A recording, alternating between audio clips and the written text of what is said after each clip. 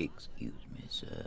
I was wondering if you could help me with directions to a local facility. Oh, sure. What are you looking for? Well, I heard of this new dude named Professor Tinglebottom, and he's doing some studies, and he needs volunteers, so I thought I'd go down there and volunteer my services. Oh, alright. Cool. So you said his name was Professor Tinglebottom. Let me look up in my local guide reference card here and see if we can find, let me see,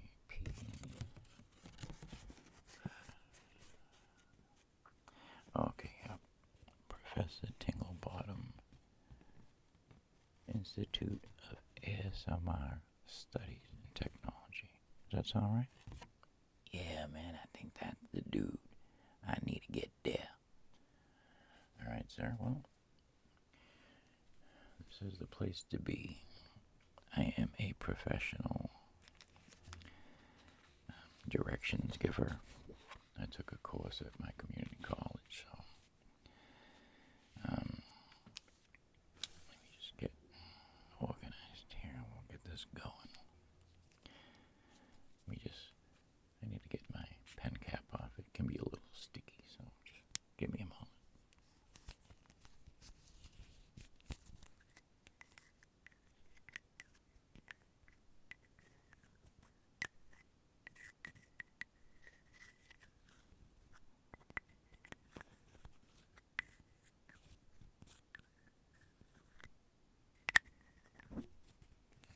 There we go. Alright, we're ready for business.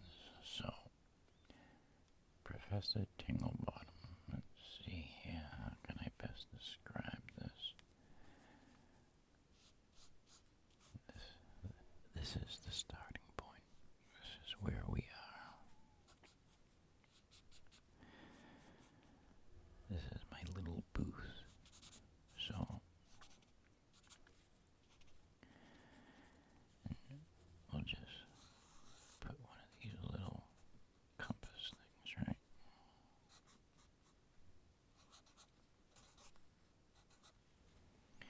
Alright.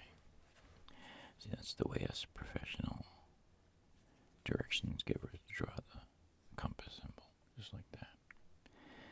Now, I find that when navigating this particular city, it is always best to try and stay away from the streets. One thing you don't want to do is be ran over while trying to get to your destination. So,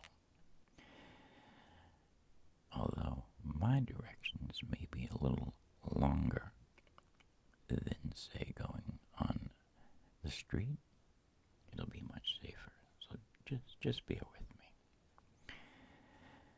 So, when you leave my establishment, you're going to want to go south on the walking trail.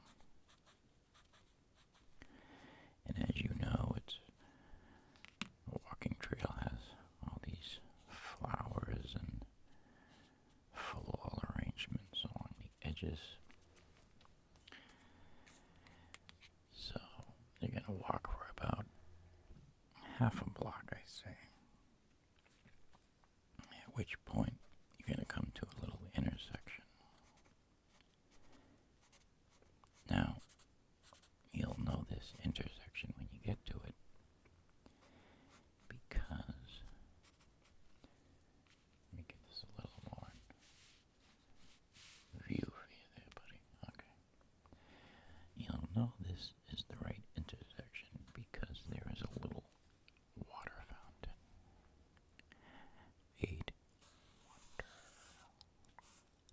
Water fountain. And there's usually little ducks in there and whatever, you know. It's a water fountain. It's the only one in the area, so you really can't miss it. Now, once at the water fountain, you're going to want to continue due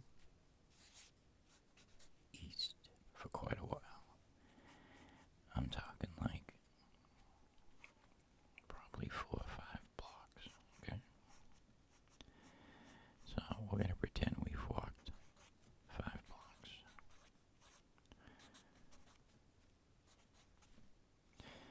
At which point, you'll now come to an area where you do have to cross one street at least. And I'll put a little thing like that in there so we're not any confusion as to where the street is. Please be sure to use the crosswalk so you don't get hit by vehicle traffic. Okay, now,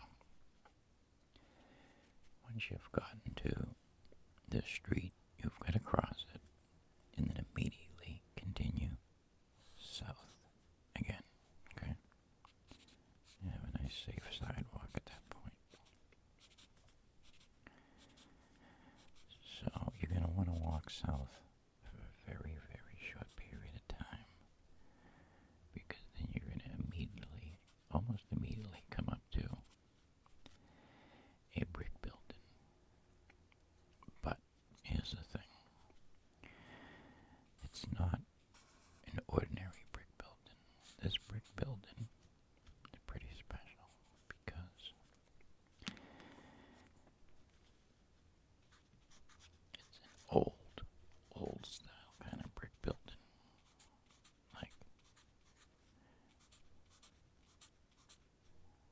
mid-1800s. Now, if you're not into building design, see, I once took a course at my local community college for building design, so when you get to this building, you'll recognize it because it has very old brick construction, but more importantly, it's got a very pointy roof. And, I mean, you really can't miss it. Most of the other buildings in that area are all flat top skyscraper type buildings, so this building actually looks out of place. Believe me, you'll know it when you see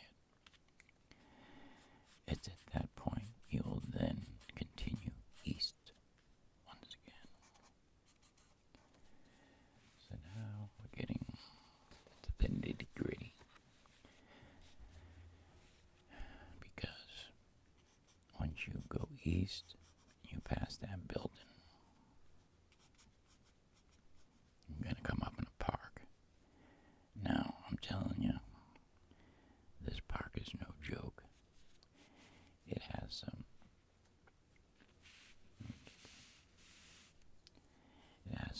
serious issues. Not with drugs or gangs or anything like that, but with children. From what I hear, rumor has it, there is a sandbox turf war going on, and it is nothing to joke about. These kids are not messing around. So I'll give you a brief description of what's going on and how to avoid the dangers in this park.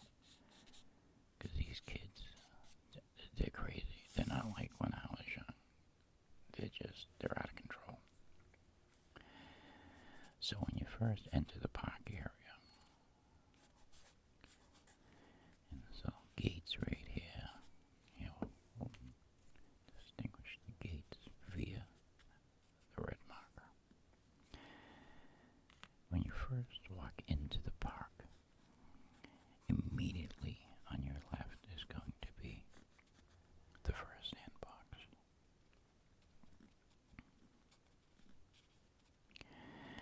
And there will most definitely be children playing in the sandbox. Do not look at them. Definitely don't look them in the eye. Just walk and look straight ahead. We'll call this sandbox A. Okay? Now, walk directly past sandbox A, and then about 50 feet up on your right, there'll be another sandbox. This is where the real problem makers are. You definitely don't want to look in the direction of this sandbox. We'll call this sandbox B. These kids are out of control.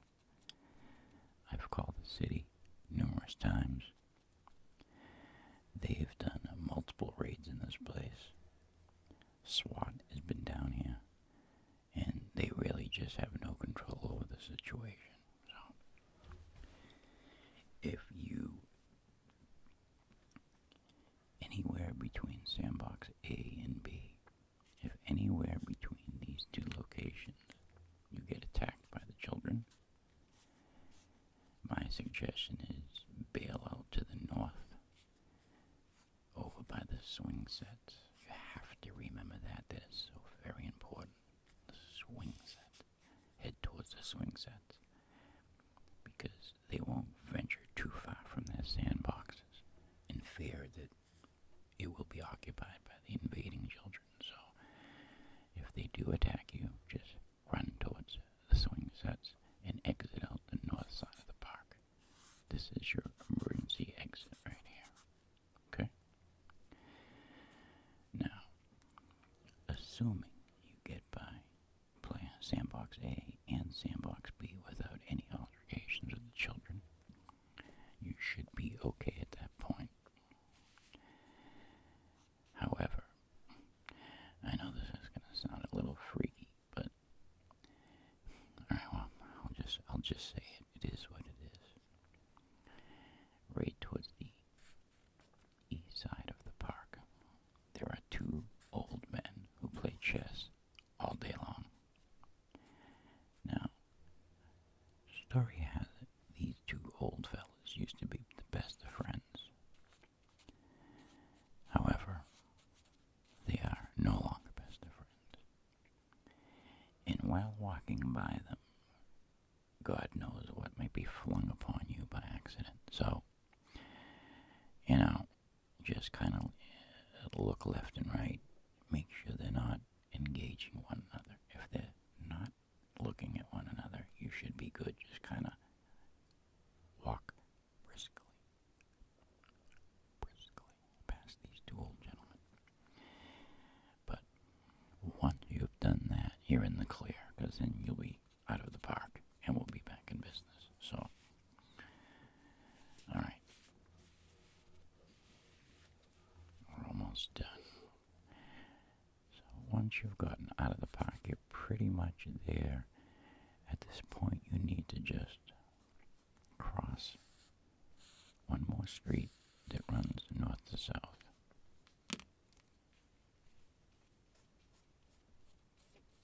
Now, cross this street.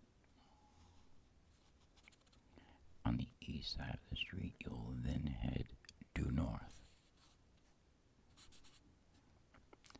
You'll go up, I'd say three blocks. 3 blocks would be a safe bet. You'll have cleared the park on your left by that point,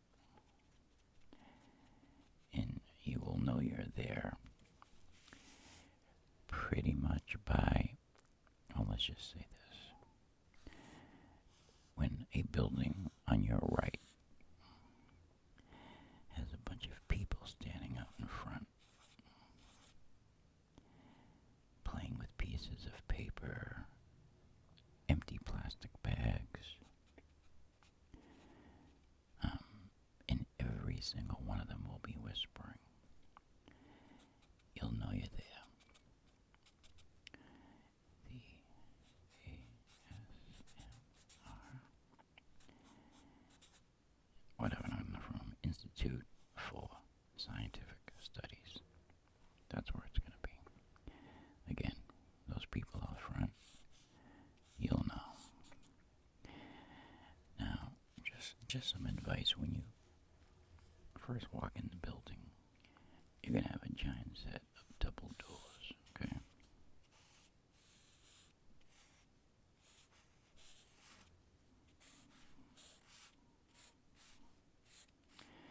And at the bottom of each of these doors is going to be a big smiley face. So when you walk in, go immediately to your right, and there'll be a receptionist desk there. And that's where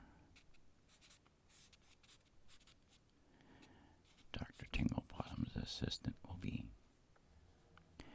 dealing with patients and volunteers and whatnot.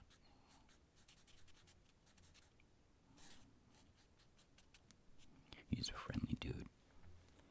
He has a pretty bad memory, but he's extremely friendly, and he's messy. He's not much in the way of organization.